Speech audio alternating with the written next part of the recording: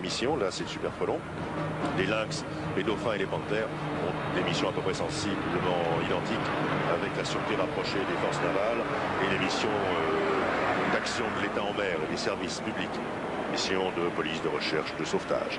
Vous le voyez, les troupes à pied ont commencé leur descente des Champs-Élysées. Elles sont encore assez loin de la place de la Concorde. Elles n'ont pas encore atteint les chevaux de Marly.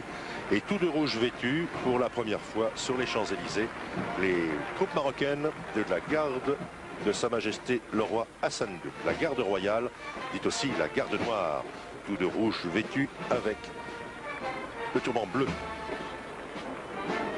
Je pense que nous verrons la ceinture verte également. Et le défilé de la garde royale commence par la clique.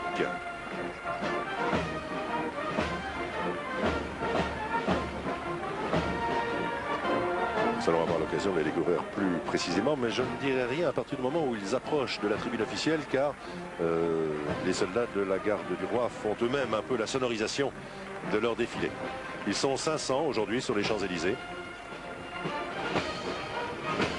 500 sur un effectif global d'environ 3000 hommes.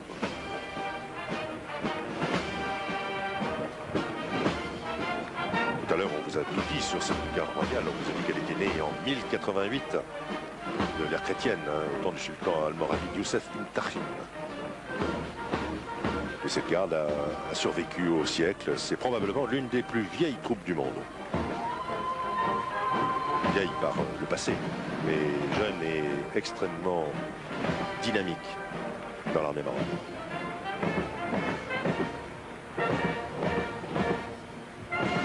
Voilà, la garde royale du Maroc pénètre sur la place de la Concorde. Le président de la République, le roi du Maroc, tous les membres du gouvernement et toutes les tribunes sont debout.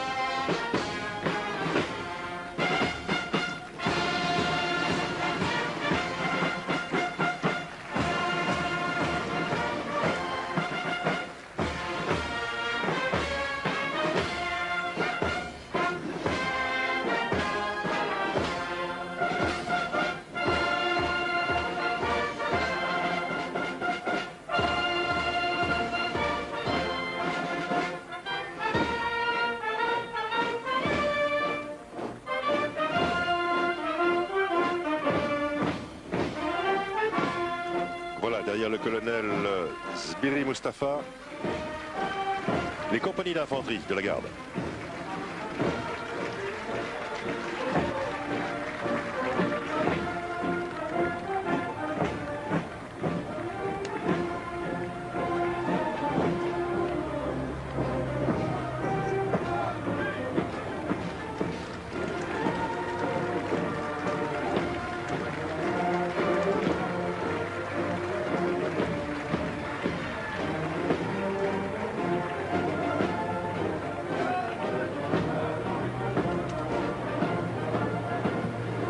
Vous entendez les soldats qui crient, et je peux vous dire ce qu'ils crient.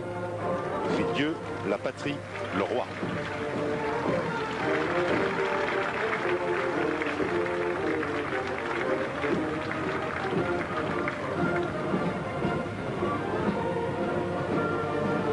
Le souverain chérifien qui regarde passer sa garde.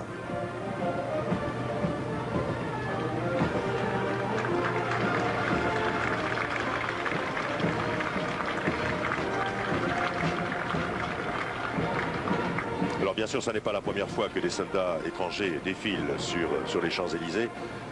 Cela s'est produit au lendemain des deux grandes guerres, bien évidemment, le 14 juillet 1919 et puis le 14 juillet 1945.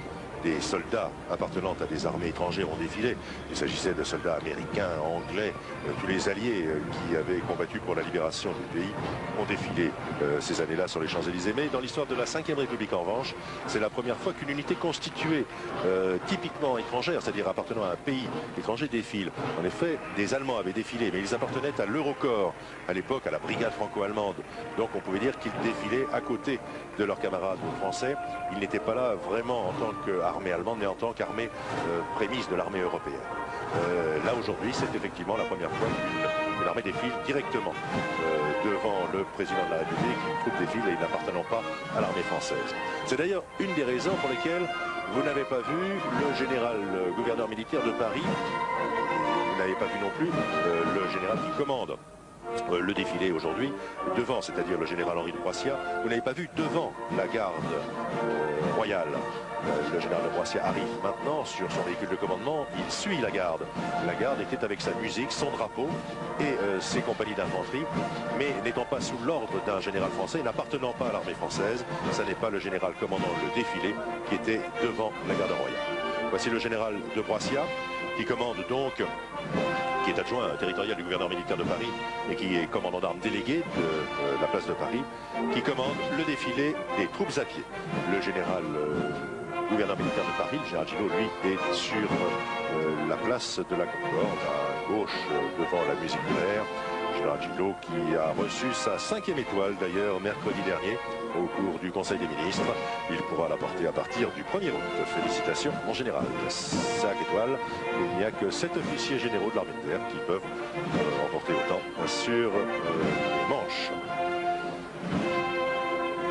Alors, comme le veut la tradition, le défilé du 14 juillet commence toujours par le défilé des écoles, en commençant par la première d'entre elles, l'école polytechnique.